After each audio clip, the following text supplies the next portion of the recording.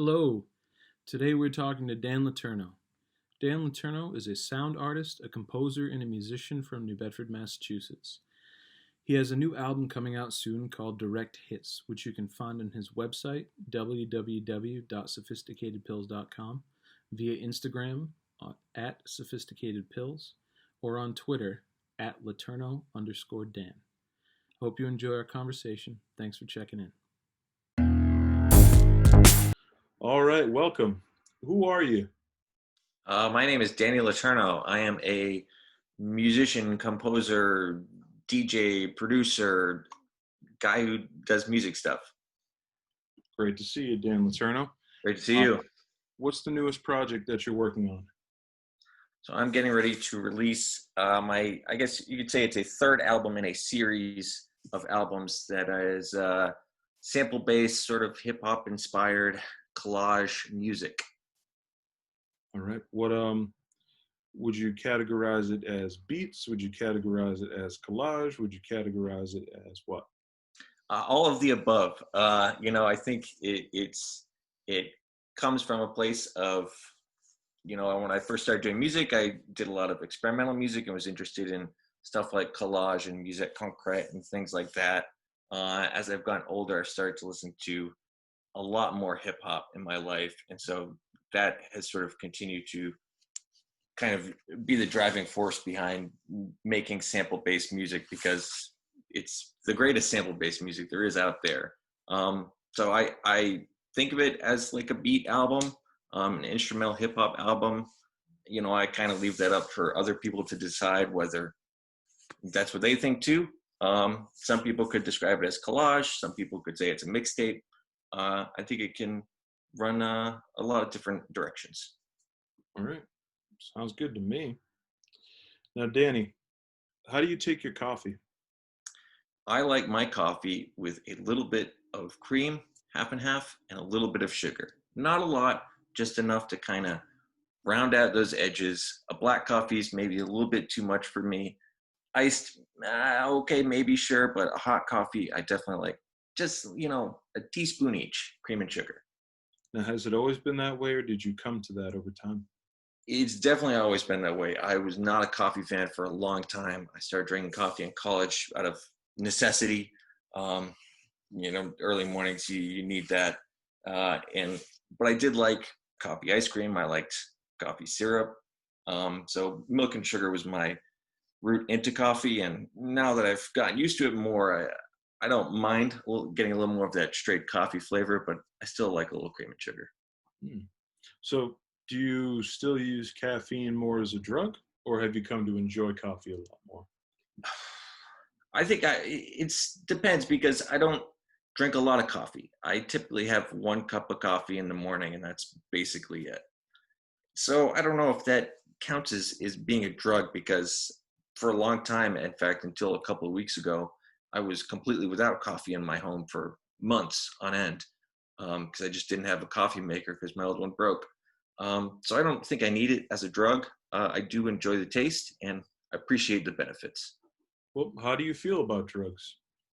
I'm fine with drugs. I think people should do drugs if they want to do drugs. I think it can be a good experience for people to do drugs. You just have to be careful with it and be responsible and try not to let it get out of hand. And if it does, be open to stopping. Okay. Well, you look like you're in a comfortable position. You got your chair, you got the art above you. What's your favorite thing to wear?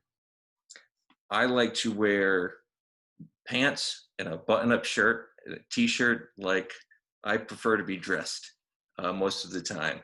Obviously, we're living in plague times right now, and I've been stuck at home mostly. And I know a lot of people are wearing PJs all the time.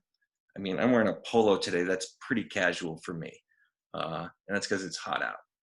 Most of the time, I'd be more or less dressed like I was going to work, except that's just now how I dress. Not a sweatpants guy. No. In fact, I had the same 1 pair of sweatpants for probably the past, I'm going to say 12 years, maybe more. I finally replaced them, but I just don't wear them. I would never wear them out in public ever.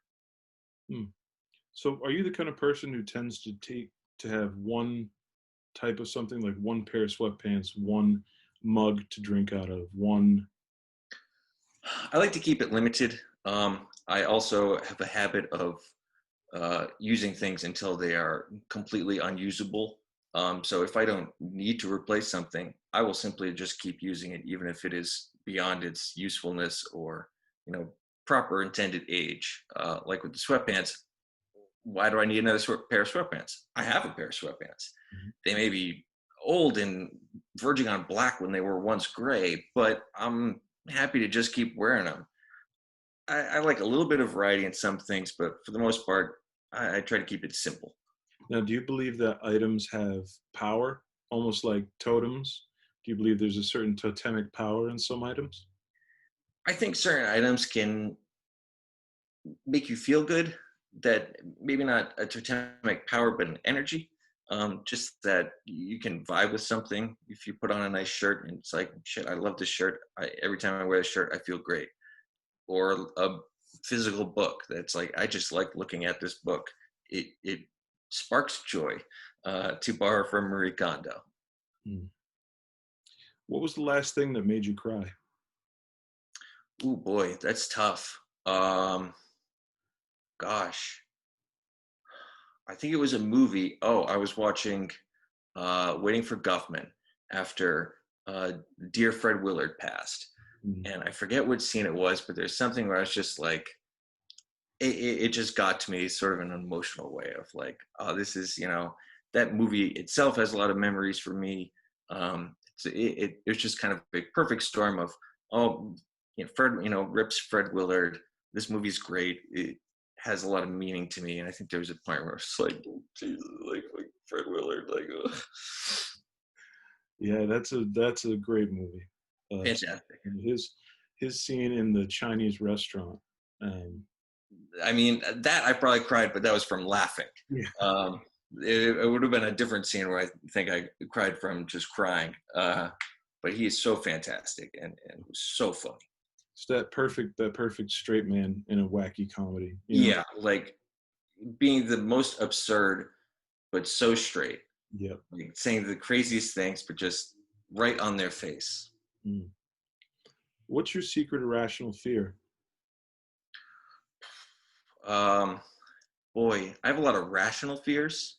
Uh, Death, being alone, uh, irrational fears though, like bugs. I don't like bugs, Mm. things Any like bugs in that. particular? What's that? Any bugs in particular? Flying bugs. A bug on the ground, I don't enjoy that. A flying bug that can come at you, do not like. I know they mean me no harm for the most part. Still would prefer they stick to the outside. If it were up to them, they would eat our corpses and take over the world. So maybe you're in the. That's true. Yeah, maybe I should hold a vendetta against them. Mm. So we got two more questions for you.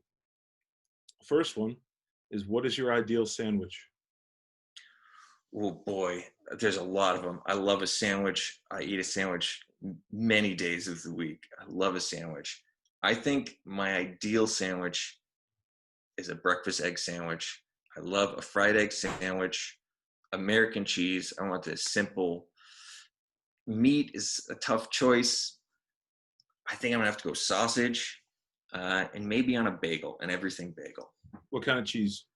American cheese, maybe a mild cheddar. I don't want anything fancy out of the cheese. Keep your Gruyere for something else. This is not the place for it. A breakfast egg sandwich needs to be simple and easy and almost tastes like nothing. Preferred style of bagel? I like just an everything bagel, as good as you can get it. It's tough to get a good bagel around here anyway. But everything is I love all the fixings on top. Mm. So gods, aliens, or ghosts? Which is most likely? Aliens. Aliens. Aliens. I think aliens. God, that ship has sailed for me personally. I don't think that exists at all. Ghosts, I think there's something to be said for ghosts. But aliens, I mean, come on. In the universe that we're the only ones here, it just that doesn't make sense. There's got to be something out there, and either we'll find them or they'll find us, or we'll just go on our merry parallel ways for eternity.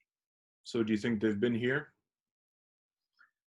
Here specifically, yeah. I mean, yeah, it's there's so many different theories and things, and I'm one to be skeptical, but skeptical of both sides. I'm skeptical of the conspiracy theorists about, Area 51 and all that, but I'm also pretty skeptical of the government.